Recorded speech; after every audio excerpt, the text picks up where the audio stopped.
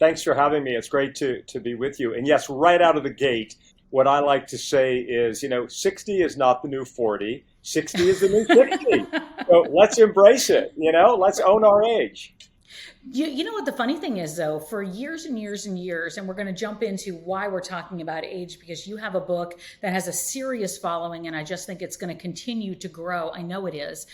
For years, we were told to, hide our age, that youth was what it's all about, that, you do one job and you retire and you find a nice house in Florida and you spend some time on the beach and it kind of wraps all up, and you're turning it all on its head. And I'm so happy to have you doing that and presenting us with role models in your new book, Roar. So talk a little bit about the book and what inspired you to write it.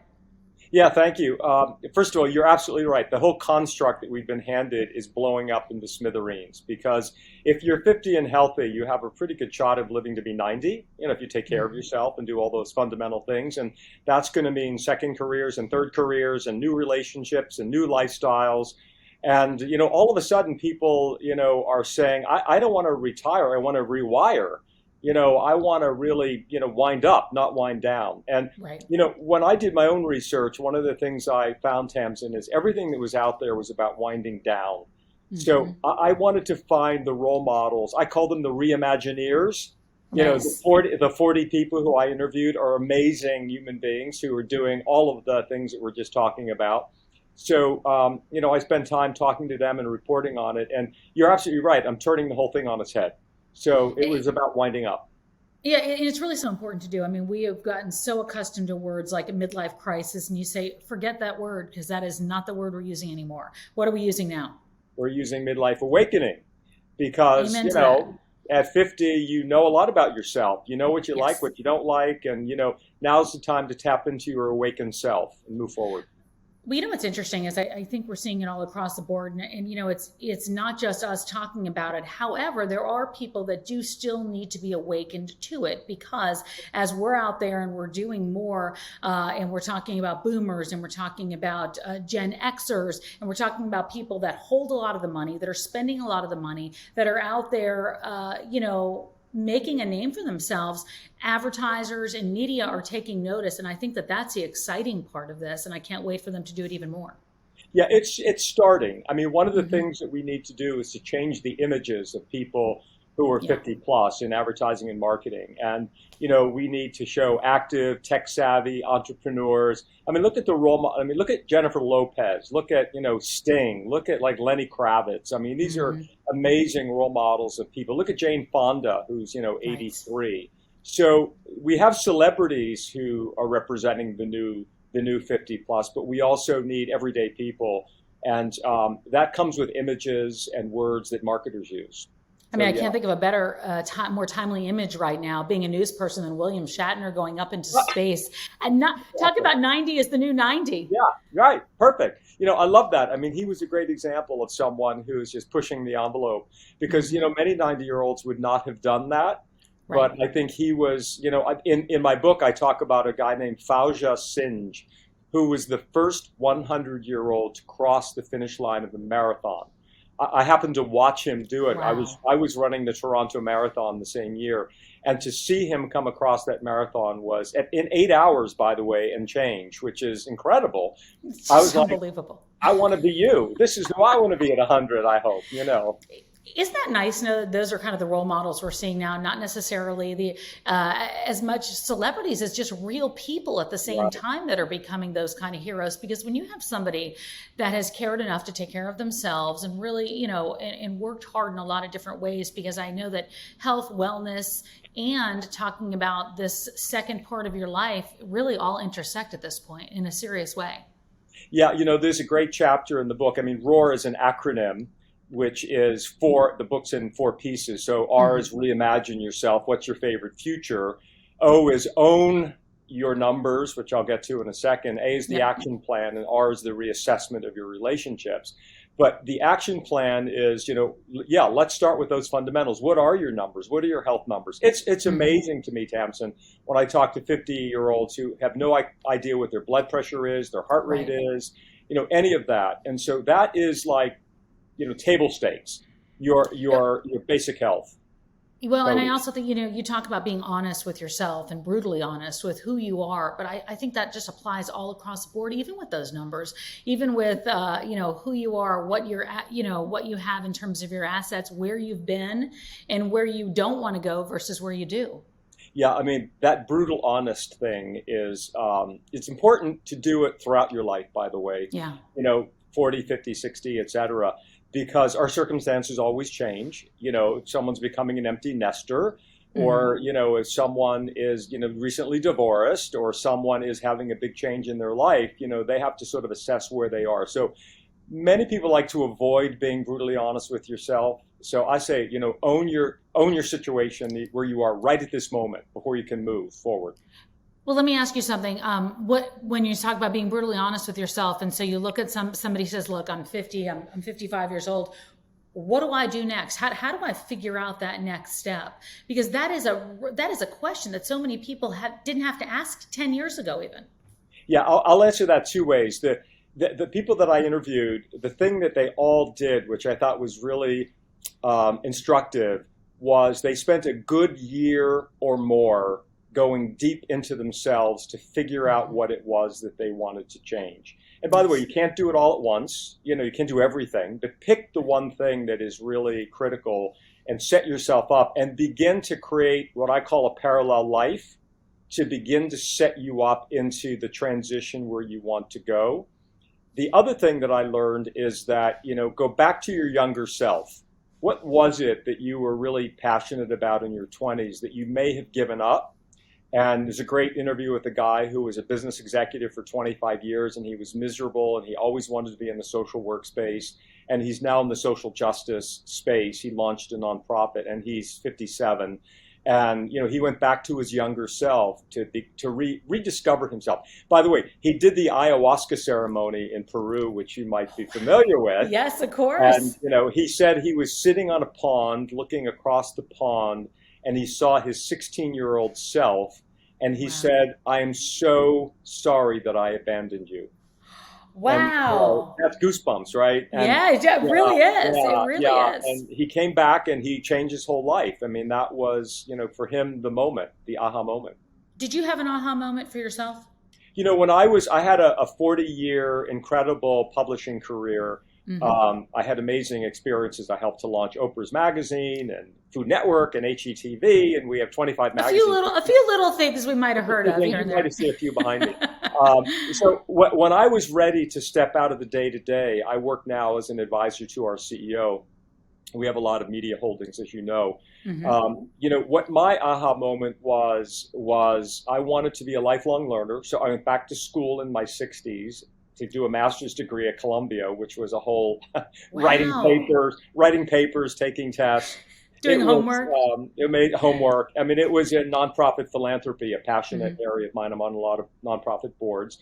And, I wrote this book because I was searching for, what would be next for me. And my Yeah. aha moment was I had to learn more about what was going on in the world in this space and then share that with readers and people.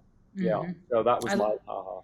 I love it though, because it's funny, we do our jobs and we do our regular jobs day to day, and then there's that other thing that you kind of do that goes along with it, which that you talk about that is parallel to that, that really Right. gets you excited and energizes you. It makes you get up and makes you want to work hard into the night, and I think that's what you're talking about. Yeah. Also, I think, in Roar, one of the concepts in one of the chapters is called life layering. Hmm. And when I was 39, I was the publisher of GQ, and I had Yes. been having an amazing work life. Had been the publisher at that point for maybe 5 years. I was a young publisher, but all I was doing was working, and I felt, I'm the most boring person in the world because all I do is work. And so I created this thing in my own life called life layering, and what that was adding a layer. In my instance, it was adding a layer of adventure travel because Okay. I have an adventure streak. So I climbed Mount Kilimanjaro. I became a pilot. I Wow. went to climb mountains in Nepal and Bhutan. And so it's that layer. I still build on that layer today. So, a layer that you create for yourself around your passion, your hobby, non-work stuff, and non-family stuff, because we all have responsibilities with spouses and partners and kids. Sure. But this is just for you, the individual. What is your layer that you want to cultivate and build on that for the rest of your life? And that whole chapter talks about how you can do life layering. You did a survey talking about if people could go back, what they would change. I think that the numbers are pretty incredible, and it's interesting what people would do if they, if they was. In some ways, it's I get it. I totally get it. Like, what would I do if I went back? Would I change where I am today? Or were you surprised by the results of that? I was surprised by the two. Well, I should say I was surprised by the number one answer, because the 630 people responded to the interview. They were all socioeconomic backgrounds. They were in the cohort, sort of the 45 to 55-year-old cohort. And the number one response of what they would have done if they could redo a big moment in their life was to rethink how they would redo their marriage, or if they would marry the person they married. And I thought, wow, that's, it's anonymous, right? but think about it. If you got married when you were 25 and you're now 55, that 30-year arc, either you grew together or you didn't. Yep. And, so I think there was a lot of thinking.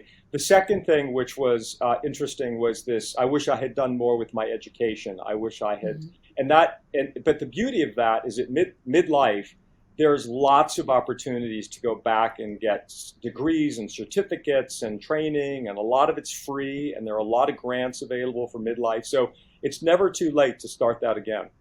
Well, I think that's what the exciting part is. I keep calling it the bolden years instead of the golden years, because I think that, thank you, because I think that that's really what it is. Because when you talk about going back and look at you look when you were younger, I don't think it's that we necessarily, things were fearless, but I do think bolder. I think we were bolder because we weren't worried about having nets all the time. We weren't worried about, when I was 25 years old and I started my career in Oak Hill, West Virginia, and drove my Mazda that had, barely two good tires on it. I didn't care. I wasn't worried about anything. If you told me to do it today, I'd need my, my Google Maps, and I need to make sure everything was okay, and I have my coffee.